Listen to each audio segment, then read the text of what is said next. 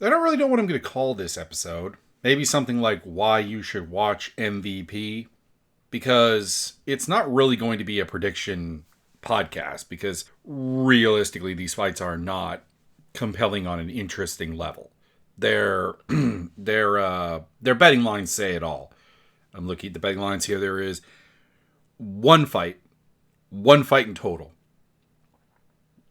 Two fights in total that the favorite is under minus 300.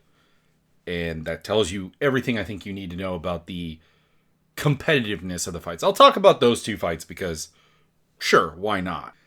But aside from that, not really in depth. This is a card with casual appeal because Ronda Rousey, Gina Carano, Nate Diaz, Mike Perry, and some of the best stars outside of the UFC available in Francis Ngannou, Saladin Parnassus, Adriano Moraes, and also Fumi Nakumba as well. Nakuda? I'll be honest, I'm not sure how to say him, but he's a Longo MMA product. He's been fighting in Uriah Hall's promotion and LFA, and he's been doing some grappling stuff, and he's a fun time. There's a lot of intrigue to what he can do. How old is he? I didn't look at that. 30 years old. Okay, so not a super young prospect or anything, but for a non-UFC flyweight fight, although it's a catchweight 130, it's pretty good. It's pretty damn solid. And I'm looking forward to it. Even Junior Dos Santos versus Rebelis Despain has a little bit of appeal. Jason Jackson versus Jeff Crichton. What are the odds on that? Is Crichton any... Is there any kind of point in betting on Jason Jackson? I'm kind of curious because I could see Jeff Crichton being some... not horrible, but minus 400. That doesn't really work. We were supposed to get Moraes versus Mokaev as well. So for a non-UFC card, this has a nice amount of casual appeal and actually good fighter appeal. Now, are there some joke fights? Absolutely. Chris Avila versus Brandon Jenkins. Don't need that in my life. I don't really need Eileen Pahea versus Jade Mason Wong. It's not really something I need ever. Albert Morales versus David McGoyan. It's fun enough. I'm not going to hate on it too much. And of course, I don't need the Ronda Rousey Gina Carano fight because I was never a fan of either of them. And this is not an in hindsight thing. You can go back. There are videos on the channel over on YouTube, admittedly not in podcast form because that wasn't a thing, where I expressed significant dislike for both fighters. I shouldn't say significant dislike with Carano's case, because Carano I was just purely indifferent on. It was okay, yeah, the pretty girl can fight. She is pretty. She's not fighting anyone I'm interested in seeing fight. I don't care. That was my take. And I was somewhat interested in the Cyborg fight, but I also figured she would lose, and she did. And that's not necessarily an anti-Carano thing. That's a where women's MMA was at the time thing, where she was fighting people who weren't really in the same weight class, weren't really threatening to her, weren't athletic or physical enough to be a competitive fight for her. And then Rousey I just always found as a really just annoying spoiled brat. Rowdy Roddy Piper's character, which is what she was going for, but without any of the things that made Roddy Piper understandable or relatable or anything. That was the core problem. But enough of the downside. Again, I like this card because it has that star power and the pay is going predominantly to the fighters. This is some level of payroll of what the UFC should routinely be. And I want to support that. I want people to go out of their way to support other promotions that can theoretically but inspire change or require change in the UFC. Because the biggest problem with the UFC product right now is that Strikeforce is gone, that Bellator is gone, that Pride is gone, that Elite XC is gone, that Affliction is gone. And that PFL sucks. These are the problems. If you want a well-run promotion, you're stuck going to Japan or Europe, and there's just never going to be that kind of market threat. KSW is not going to threaten the UFC. Octagon is not going to threaten the UFC. Ryzen is not... Well, Ryzen's not a never. It's just incredibly unlikely.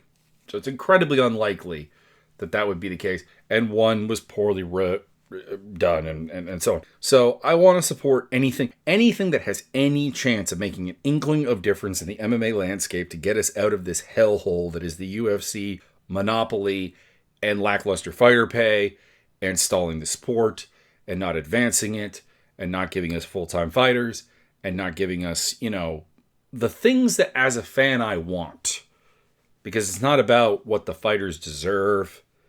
It's not about fairness. This is business. Those things don't exist. It's about creating an environment where the UFC has to actually try. And I'm hoping this is a viable event to do anything. Will this event single-handedly change them? No. But I'd be down for something. Anything. To quickly summarize the fights, Gina Carano versus Ronda Rousey. Do I know who's going to win? Honestly, not really. Like Rousey's the big favorite. She should be. She was UFC champion. She was the best woman in the world at one point. She beat legitimate fighters, something Carano never really did. Her best win is Julie Kedzie, Tanya Evinger, and Caitlin Young. These are flawed fighters. These are fighters of the times. They were unable to compete with her on a physical level, and they didn't have a diverse skill set because everyone I listed there is, except for maybe Kedzie, is like very defined by one thing. Evinger is a wrestler. That is it. Young is a striker. That is it. Kelly Cobalt is a wrestler. That is it. Julie Kedzie has a well-rounded game, but is way smaller than Carano. Same with Rosie Sexton. Then you got like Elena Maxwell, very flawed fighter, very one-dimensional fighter. So she never beat anybody in her prime. And like the thing is like, sure, I can say I don't know how good of a fighter Ronda Rousey is right now at 39 years old, having been away since 2016, and how did she deal with losing to Nunes and Holm and how that was very bad. But the same absolutely applies to Carano. She's not fought since 2009. So if you're sick, you're gonna bet on Rousey. But I just wouldn't. I just wouldn't. Nate Diaz versus Mike Perry. More interesting fight. Probably the most interesting fight on the card. Perry lacks the subtlety that historically has been a problem for Diaz. Now, does that mean, yeah, Diaz is going to win this fight super easy? I'm down for it. No, I agree with him being an underdog. He's 41 years old. He has not looked especially good in his post-UFC boxing career. Losing to Jake Paul and beating George Masvidal in a fight that is best forgotten. But I am going to pick him. Like, Perry's going to go out there and he's going to wing hard shots at him, and he may even wrestle, because sometimes he likes to do that. Sometimes he fancies himself a wrestler. But outside of size, I don't really see what Mike Perry has that traditionally has been a problem for Nate Diaz. He himself has a loss to Jake Paul in boxing. He had a good run in bare knuckle, beating Michael Venom Page, which I didn't think he would do. That was moderately surprising. Julian Lane, not surprising. Luke Rockhold, not surprising. Eddie Alvarez, not surprising. Thiago Alves. I don't remember what my thoughts were going into that one.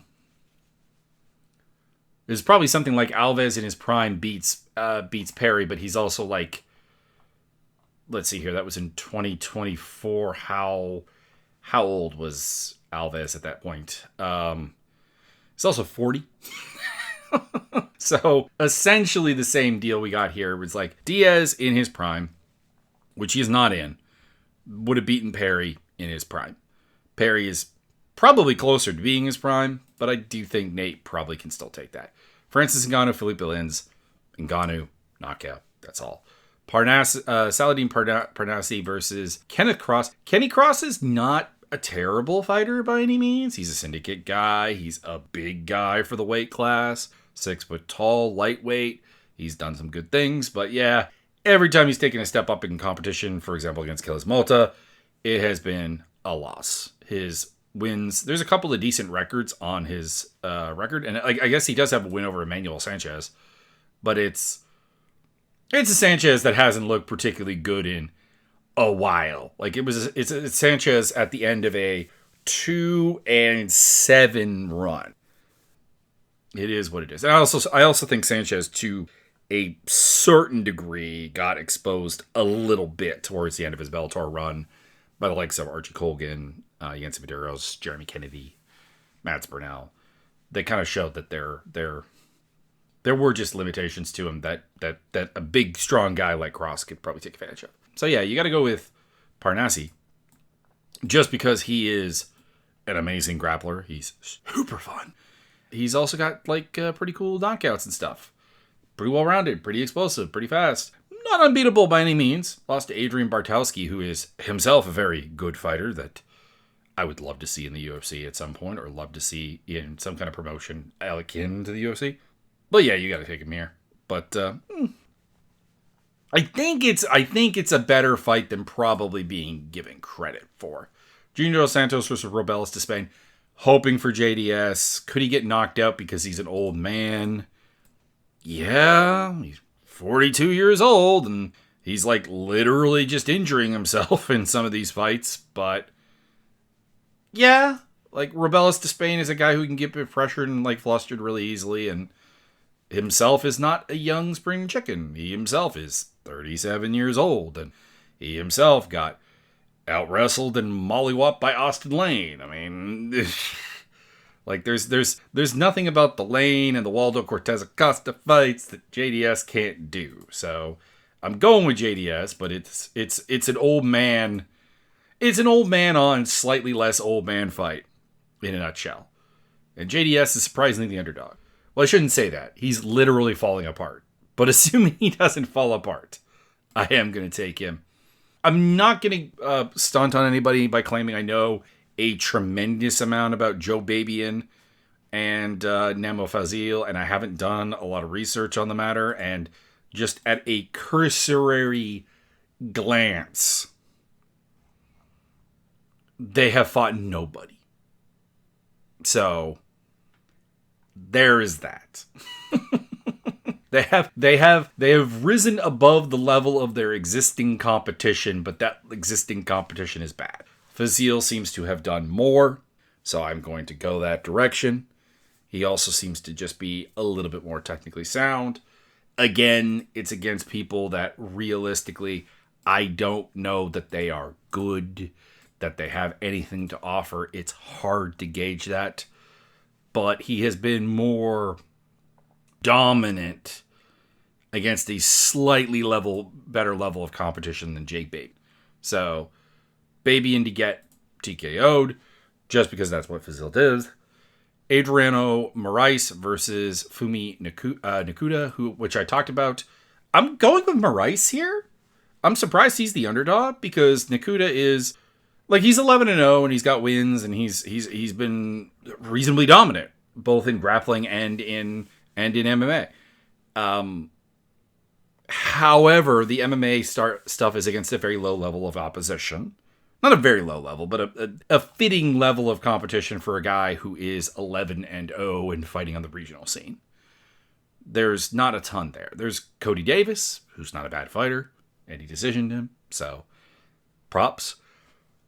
But when that is your best win, I can't really get up and say, let's go. Moraes is getting old. He's had problems, 37 years old. He got knocked out in one in his last fight. He lost to Demetrius Johnson before that twice. There's no problem with that. But aside from that, this guy has beaten a fairly good level of competition, and it's not even just the Mighty Mouse win he has. He has beaten Danny Kingad twice, I do believe. He has beaten some of the other guys that one has brought in that were reasonably decent and solid. So I got to go with him. And I'm pretty interested in that fight because it's a grappler-striker matchup. Moraes is huge for the weight class. That doesn't hurt. and I'm taking him. Jason Jackson against Jeff Crichton. I'm taking Jason Jackson, but I do think Jeff Crichton's maybe a little bit too much of an underdog. Jeff Crichton's not a bad fighter. He's not terrible. I know he lost on Ultimate Fighter and all that, but he's in good shape. I think his main problem is there's no real dynamic danger to him. And as a result, this has been the case whenever he stepped up against higher levels of competition, such as Rodrigo Cezinado and Max Roshkov. He has lost because he just can't actually implement what he's bringing to the table.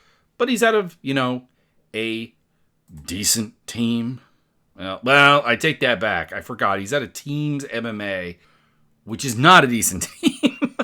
Well, I thought he was associated with one of the bigger teams. I don't know. But Jason Jackson did get the win. Jason Jackson is one of the best guys outside of the UFC, and why they don't sign him is a little bit of a puzzling thing to me because, yes, he's lost to Thad John.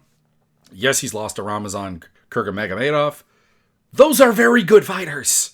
Very good. And he's beaten, Andrei Korshkov. He's beaten Ray Cooper III. He's beaten Yaroslav Amosov. He's beaten Douglas Lima. He's beaten Paul Daly. He's beaten Neiman Gracie. He's beaten Benson Henderson. He's beaten Jordan Meehan. It's a solid run here.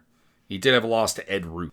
I'm always wondering what happened with Ed Ruth. I don't understand because he was one of the many, many, many wrestlers the UFC, Bellator brought in during their, let's sign all the big wrestlers deal. And he did really well. He got rear nakeded by Neiman Gracie in the 4th round of their fight. But aside from that, he built an 8-1 record. Then he lost to Amosov and he lost to Taylor Johnson. And he seems to be gone. Which is disappointing because I thought he had something. Really athletic wrestler. Really would have been fun. Dave McGoyan versus Albert Morales. McGoyan just because of age. Morales is only 34 years old, but there's a lot of track on that tire. This is a guy who's been active in MMA since 2014. He's been at this for 11 years. He got to the UFC, did not do well. Did beat Andre Zukuntal, which is not nothing, but lost to Manny Benitez, Benito Lopez, Brett Johns, Thomas Almeida.